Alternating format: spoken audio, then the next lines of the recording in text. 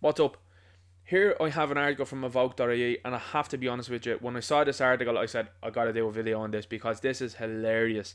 And why it's hilarious is this: for the last number of months, the media have tried to paint people as far right, people that love their country and are seeing the current invasion of Ireland, and they've been painting them as far right. And over the last few months and before the election, they've tried to paint people as some sort of British controlled operatives.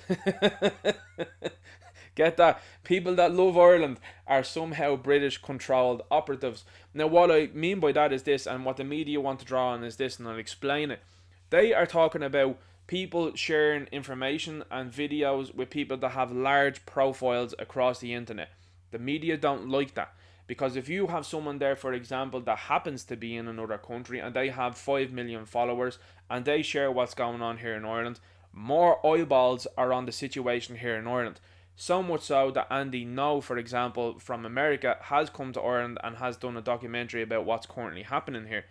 This is bad news for these individuals because they want to contain this to this country and try to browbeat you into accepting another plantation and invasion of our country. So that's why they go down this route of you're a patriot and nationalist, no, you're actually British controlled. I think it's hilarious, and an awful lot of the parties and party members, and of course, then as well, their sycophants do this. They say you're British controlled and British operated. Meanwhile, you've got the likes of Sinn Féin, for example, having pictures with King Charles, Mary Lou MacDonald, and Michelle O'Neill. You have Kneecap, for example, they're an Irish rap duo, or I should say trio, should be. There's one guy that hangs around the valley there. But these are guys that are upset about the British not funding them, and then at the same time are saying, up yours to the Brits, but Ireland is open to everybody else from the world. It's crazy, crazy stuff. So this is what we are dealing with here. We're dealing with an awful lot that's going on, and I think that this article kind of really settles it in terms of people saying, right, okay, you shouldn't be listening to these media members, NGOs, politicians, parties anymore. And I know people don't anyway, but I thought this was a good one to poke fun at. Irish stars, and what's an Irish star? Is Colin Farrell there? Is Liam Neeson there? Like they'd be people I would consider stars. And when I say that, like celebrities are just other people. That's all. They're more recognizable people, but like that's all they are. But the individuals that these people here in Evoke are classing as stars made me laugh really, really hard. And this is, I know this is low hanging fruit. I really know that when it comes to this. I mean, this article was posted on Twitter and it got one like. You know what I mean? Like, I understand that, but I think it's just funny to point this out because these would be the same sort of circles of individuals that will call you far right, that will say that you're some sort of problem for loving your country, and will say that you're British owned and controlled. Meanwhile, they're out here doing this. Irish Stars and Simon Harris celebrate King Charles' birthday at swanky garden party. And like, what's even more sickening, I suppose, when it comes to this here, is that King Charles wasn't even there. Like, have you ever seen a greater group of sycophants and arseniffers as what we see here in these circles? I mean, just cast your mind back just over 100 years ago. This is a country, right?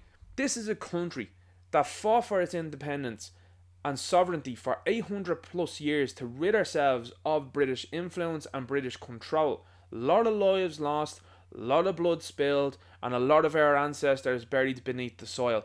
And these people are doing this now. Not too long ago, the likes of Charlie Flanagan and Leo Varadkar thought it a good idea to potentially celebrate the Black and Tans. This is who we're dealing with. This is Fine Gael right now. And not only them, there's other parties that are engaging in stuff like this and worse. So let's go on and have a look here. A host of familiar faces turned out to raise a glass to King Charles at a swanky garden party on Thursday, even if the birthday boy wasn't in attendance. Like, shameful stuff. Not any shame that these people have. Not a care in the world that they have. Not a patriot among them.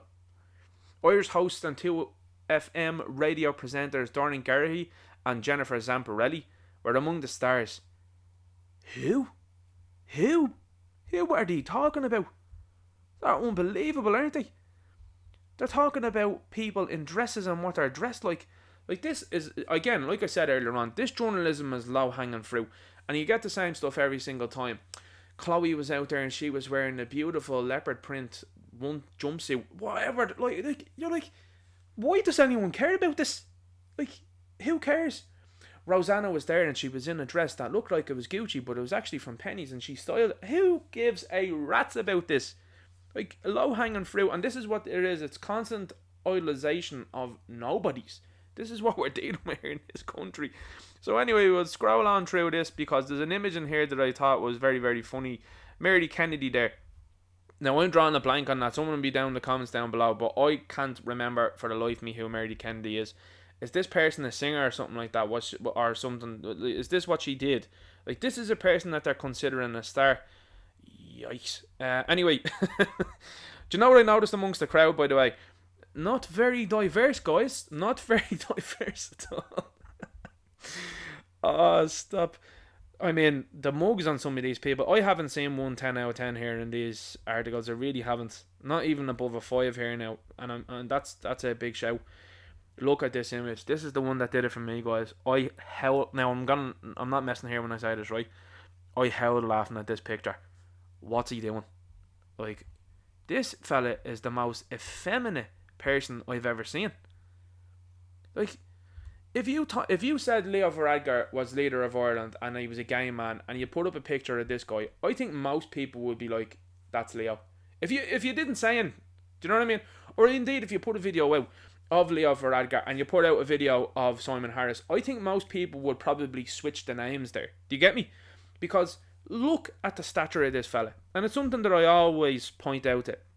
This is a man that only a couple, and I use the term man very loosely here, but this is a guy who ran away from Enoch Burke's father only a couple of weeks ago. Sprinted away. Couldn't get away from him fast enough. An elderly man asking questions about his son. And this fellow was on the tips of his toes running about then. He's cribbing there during the week that people are protesting outside his home. At no point in time did these people self-reflect. At no point in time did they think celebrating the birthday of King Charles is a negative. Do you know what I'm saying?